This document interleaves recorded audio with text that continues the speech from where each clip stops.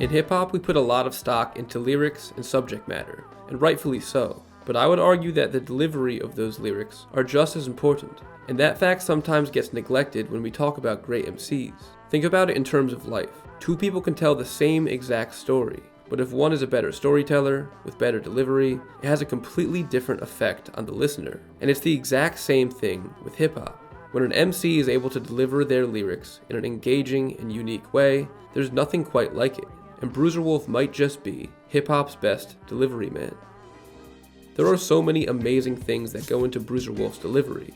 He raps with his higher-pitched voice, and matched with his syncopated flow that starts and stops like a one-sided conversation, there is nothing quite like it. Each line is delivered like you are meeting him at the gates of the afterlife, and he has to read you a riddle before you can pass. Just to be honest, I wish I grew up like the Obamas, Sasha Malia. I was going through the ringer. I built the team up, but kept getting penalized for illegal procedures. Raids and seizures. They kicked the door in at 4 a.m. They say me and the white girl was more than friends. Yes. It's for my niggas that's facing a 10. But a delivery man who is delivering something that you don't want is a waste. So luckily he is also one of the most clever writers in hip-hop right now. Bruiser Wolf tells stories of life and loss, chronicling decades in the dope game, with a wide array of wordplay that ranges from comedic to cathartic. Bruiser Wolf got a late start in the rap game, so he has years of life experience to pull from in his lyrics. He comes from the west side of Detroit, a block that he calls 1 Mile. His mom wasn't around while he was growing up, as she was battling with addiction, so his father was hard at work, making sure to keep his kids on the right path. His dad had him play sports at an early age to try and stay out of trouble, and even though some trouble ended up finding him, it saved his life. He ended up getting a full ride to Clark Atlanta University to play football. He was a center and nose tackle, and would go on to play 7 years of professional arena football, winning championships and being named All-Pro multiple years in a row. After he retired from the game of football, it was time for him to get serious about rapping, a skill that he had been working on since he was a kid. He started out rapping under the name Big Wolf. He would start rapping at local showcases in the area and would perform at a Friday night cypher every week, so he had to think of ways to stand out amongst the crowd of fellow rappers. At the time, he rapped much slower, using his natural deeper voice. Sitting on Mars while I'm shitting on stars. Niggas say they rap, but they rhyme so subpar. Talk about their jewelry, they talk about their cars. Crack cocaine, Big Wolf spit that hard. But that would all change in 2016. During a studio session with Fat Ray, he was recording the song God Bless How I Chew This. Anytime Big Wolf lays a verse, you can say that it was sick, but that night he was legitimately sick with a cold. So when he recorded his vocals, they had a nasally, higher-pitched sound. Call me Bo Jackson, so my bows I was taxing. If he worked with the law, we would call him Judge Mathis. All these niggas be acting, swear these niggas some actress. When these niggas start rapping, called allergic reaction. Achoo! He and everyone in the studio liked how it sounded, so they kept it. He thought back to the music that his dad would play around the house growing up, specifically the Stylistics, with their iconic falsetto voice. And from there, he modeled his vocal delivery after them.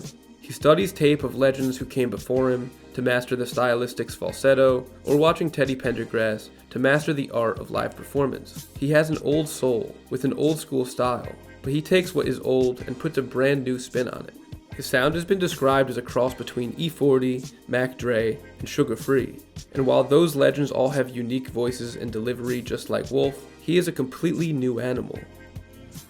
Detroit has a long history of breeding exciting MCs who all have their own style and flair. There's something in the culture down there that makes the music so creative and captivating. Detroit has a buzzing scene going on right now on both the mainstream trap side of things and the underground abstract scene. Bruiser Brigade is one of the most artistically electrifying movements in hip-hop. Fat Ray took Big Wolf to perform at Bruiser Thanksgiving 8. After his performance, he was approached by Danny Brown, the leader of Bruiser Brigade, and he was welcomed as one of their own. Before long, he was a full member of the crew, changing his name to Bruiser Wolf, and the group would bring out the best in him. His debut album, Dope Game Stupid, came out in March of 2021, and exploded Bruiser Wolf onto the scene, with one of the most refined styles I've heard in a debut all decade.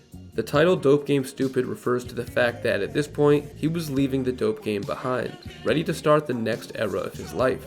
The cover, that was painted by his fellow Bruiser Brigade comrade, the Loopers, is very symbolic. The stork delivering babies obviously represents Bruiser Wolf himself, actively being the delivery man, delivering new life to his listeners. The stork is carrying one boy and one girl. Boy is slang for heroin, and girl is slang for coke. So the stork is literally in the dope game. Wolf was 39 at the time of making this album, and storks are known to live up to 39 years old. So now, Bruiser Wolf is admitting to himself that he is outliving the dope game. The dope game is stupid, so he is transitioning from delivering dope to delivering lyrics. The album opens with Bruiser Wolf showing off his singing chops, before getting right into a verse that sounds like a pimped out Oscar speech, thanking God for his life, and displaying his one-of-a-kind flow and delivery, full with a call and response from his own ad-libs. The album relays stories of the dope game and a life of crime, but every line is delivered in a way that I've never heard before. The wittiness of his writing style, combined with his cartoon-like voice, make for some of the funniest raps you'll hear. He treats his punchlines like a comedian would, putting an emphasis on the most interesting part of every word. But even though the individual lines are comedic, this is just the delivery method for him to relay the sad and painful realities of his life. The most important song on the album is the closing track, Mama Was a Dope Fiend. On this track, he raps about his relationship with his mom, who suffered from drug addiction his whole life.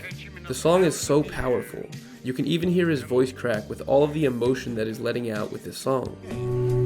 I was addicted to selling. She was addicted to using. Opposite ends of spectrum, but go together. Like problems and solutions. I never got a chance to be a mama's boy. And that toyed with my emotions. Your behavior is a result of the house you grew up in. And growing up without mama was rough. It's one thing to channel your emotions with your lyrics, but to deliver to the listener the real, raw feelings that you have in your heart is something only a true great artist can do. His second album, My Story Got Stories, dropped in early 2024, and is a clear level up from Dope Game Stupid. He found such a pocket with his style that most artists look for their whole career to find. He weaves from singing to rapping to almost rhythmically whispering, all while becoming more comfortable with his position as rap's most unique delivery man. In just a few years, Bruiser Wolf has cemented himself as one of hip-hop's most distinctive voices. His offbeat, rapid-fire cadence, paired with his clever wordplay and humor, gives his music an energy that's hard to replicate. Bruiser Wolf's ability to blend gritty storytelling with comedic flair, much like a seasoned delivery man, he knows how to drop every line in a way that resonates, leaving a lasting impression. In a world where style often takes precedence over substance, Bruiser Wolf strikes the perfect balance, cementing his place as hip-hop's best delivery man. Thank you for watching, everybody. Let me know down in the comments, what is your favorite Bruiser Wolf song? I want to get back to making some videos on some more up-and-coming artists to put people on, like I used to back in the good old days. So let me know of some other artists I should cover down in the comments. Make sure to go listen to My Story Got Stories. To me, it's one of the best albums of the year. As always, I want to thank my patrons who make it possible for me to make all these videos for you guys. If you're interested in becoming a patron, head over to patreon.com/defgoldblum. And you know the deal, I got a lot more headed your way, so stay tuned, stay safe, and stay def. Thanks for watching.